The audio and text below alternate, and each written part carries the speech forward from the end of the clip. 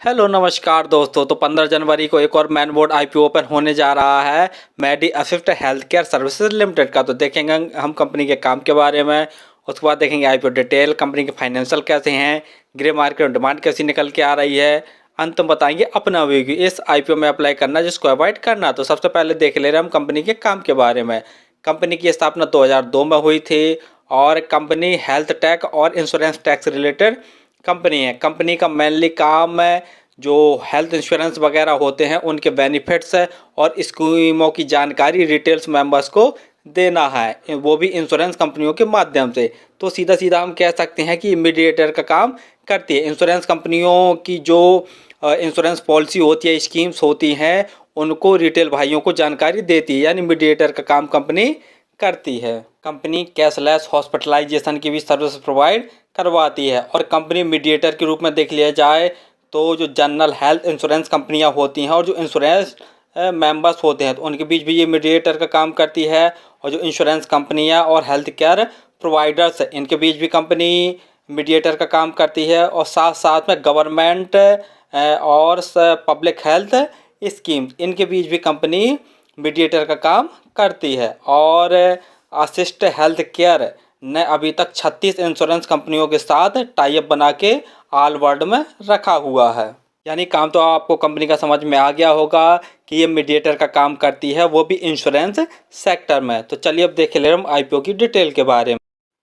IPO 15 जनवरी को open होने जा रहा है और 17 जनवरी तक जो ओपन रहेगा। प्राइस बैंड देखे ले तो 397 रुपये से 418 रुपये पर शेयर का प्राइस बैंड रखा गया है।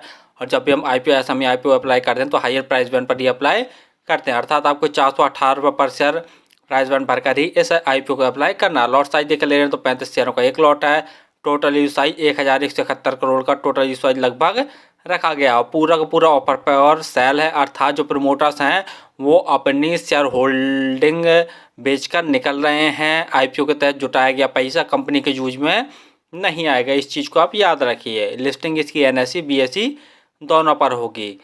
अलॉटमेंट देख लें तो 28 जनवरी को इसका अलॉटमेंट होगा और यदि आपको आईपीओ अलॉट नहीं होता तो 19 जनवरी तक आपके पैसे रिफंड वापस आ जाएंगे। और लिस्टिंग डेट 22 जनवरी रखी गई है।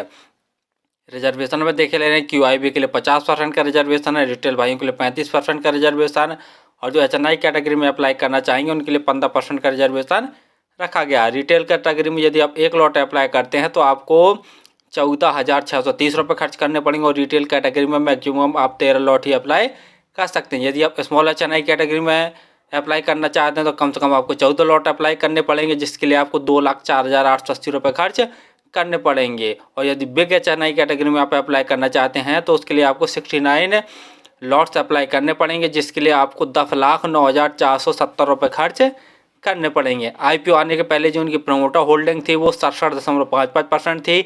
आईपीओ आने के बाद जो उनकी प्रमोटर होल्डिंग बचेगी वो 45.75% जैसी बचेगी। आरओसी 24.95% है, ईपीएस 6.53 है तथा पीई 64 है, यानी काफ़ी महंगी वैल्यूएशन पर ये अपने आईपीओ को लेके आए हैं।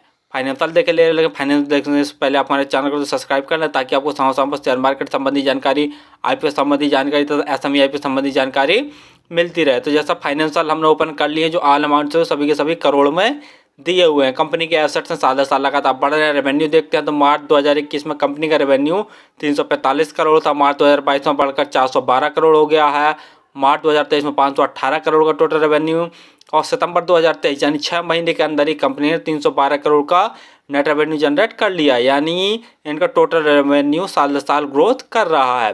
प्रॉफिट आफ्टर टैक्स देखें तो मार्च 2021 में कंपनी ने लगभग 26 करोड़ का नेट प्रॉफिट जनरेट किया था, मार्च 2022 में बढ़कर 64 करोड़ का, मार्च 2023 में 74 करोड़ का नेट प्रॉफिट है।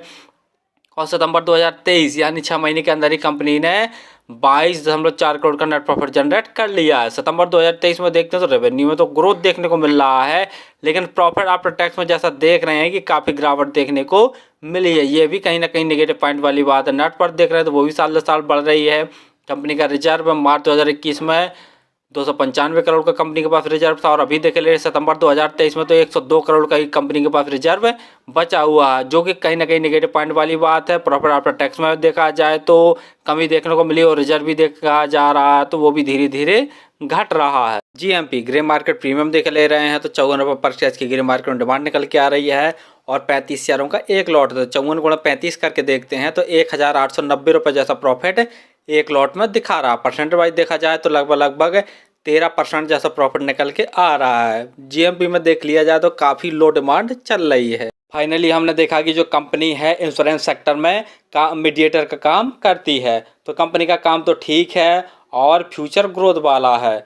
दूसरा देख ले रहे हैं कंपनी के फाइनेंशियल तो बहुत दमदार, जैसा देख रहे हैं कि साल दर साल उनके टोटल रेवेन्यू में ग्रोथ देखने को मिल रहा है और प्रॉफिट आफ्टर टैक्स में भी ग्रोथ देखने को मिल रहा है। लेकिन सितंबर 2023 में इनके प्रॉफिट में काफ़ी ज़्यादा गिरावट देखने को मिली है। नेटवर्थ देख रहे हैं तो वो भी धीरे धीरे बढ़ रहा है, लेकिन रिजर्व है कंपनी का तो वो भी धीरे धीरे कम हो रहा है, जो कि कहीं ना कहीं नेगेटिव पॉइंट वाली बात है।